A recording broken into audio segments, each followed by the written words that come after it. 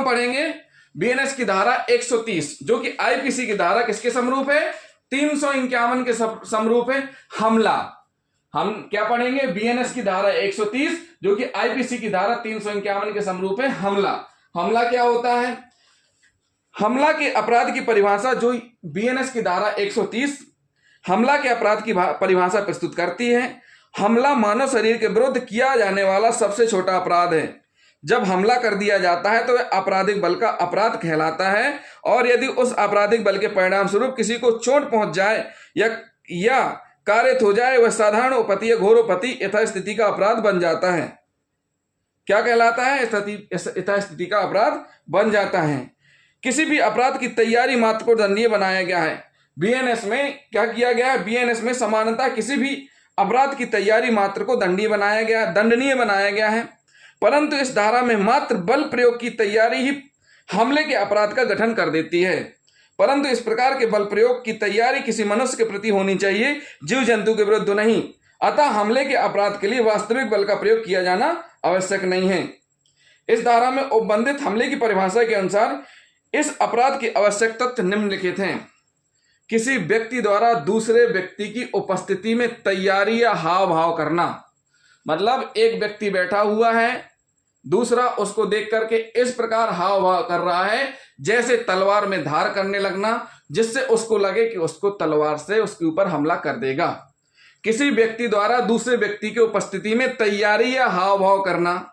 दूसरा, यह आशय या ज्ञान की वह तैयारी या हाव भाव भंगिमा ऐसे जिससे उपस्थित व्यक्ति के मन में यह युक्त आशंका उत्पन्न होना संभव है कि तैयारी या भाव भंगिमा अंग विक्षेप करने वाला व्यक्ति उसके खिलाफ आपराधिक बल का प्रयोग करने वाला है।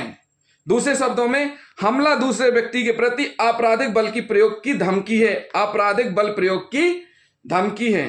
तथापि इसके लिए यह आवश्यक है कि उपस्थित व्यक्ति को यह युक्त आशंका उत्पन्न होनी चाहिए कि हमला करने वाले का उस धमकी का तुरंत कार्यान्वित करने का वास्तविक कारण है और उसमें वह समर्थ भी है। अतः भविष्य में क्षति कारित करने की धमकी को हमला नहीं कहा जा सकेगा। धमकी देने वाले व्यक्ति के शब्दों या हाव भाव से ऐसा प्रकट होना चाहिए कि उसका आशय तत्काल बल प्रयोग करने का है। धारा के स्पष्टीकरण के आधार पर मात्र शब्दों को हमला नहीं माना जा सकता, परंतु यदि वे शब्द अंग विक्षेप या तैयारी को ऐसा रूप प्रदान कर दें कि व्यक्ति को आपराधिक बल प्रयोग किए जाने की युक्त आशंका हो जाए, तो शब्द भी हमला के अपराध का गठन कर सकते हैं। वस्तुतः हमले के अपराध का मूल तत्व उपस्थित व्यक्ति को वह युक्त आशंका का यह आशय या ज्ञान है कि जो किसी व्यक्ति के अंग विक्षेप या तैयारी से उत्पन्न हो सकता है कि उस पर आपराधिक बल का प्रयोग किए जाने वाला है।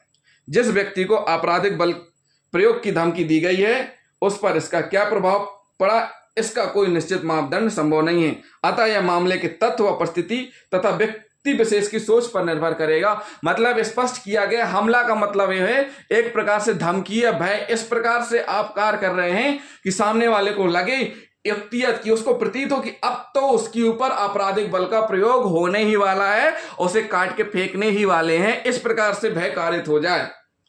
हमला केवल अंग विक्षेप या तैयारी द्वारा ही हो सकता है जिसका आशय यह हो या जिसके बारे में इस संभावना का ज्ञान हो कि ऐसे अंग विक्षेप या ऐसी तैयारी से किसी अनुपस्थित नहीं व्यक्ति को यह आशंका हो जाएगी कि ऐसा अंग विक्षेप या तैयारी करने वाला व्यक्ति उस व्यक्ति पर आपराधिक बल का प्रयोग करने वाला ही है। केवल शब्दों के प्रयोग के आधार पर हमले के लिए किसी को दोषी नहीं ठहराया जा सकता, परंतु यदि प्रयोग किए गए शब्द अपराधी के अंग विक्षेप या तैयारी को ऐसा अर्थ दें जिससे वे अंग विक्षेप या तैयारियां हमले की कोटि में आ जाएं, तो अपराधी हमले के लिए दोषी होगा। इस धारा में उल्लिखित 3 दृष्टांत इन बातों को भली प्रकार स्पष्ट करते हैं।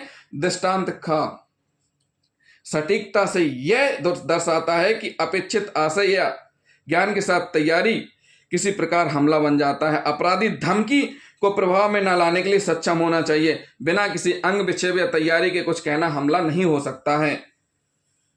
एन अरमुगम बनाम एवीएम बेल्लई चत्री में मद्रास उच्च न्यायालय ने अब निर्धारित किया कि जहां अभियुक्त ने परिवादी पर रिवॉल्वर तानकर गोली मार देने की धमकी दी, उसने धारा 351 में परिभाषित हमला करने का अपराध किया।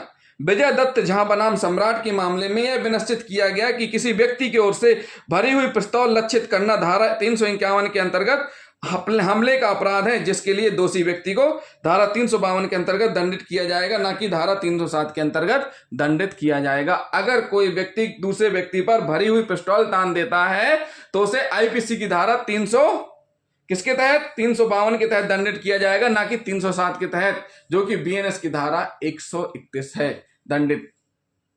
भुवनेश्वर सिंह बनाम सम्राट के मामले में न्यायालय ने स्पष्ट किया कि हमले का अपराध घटित होने के लिए यह आवश्यक है कि आपराधिक बल प्रयोग की आशंका हमला करने वाले व्यक्ति से ही होनी चाहिए, ना कि किसी अन्य व्यक्ति से।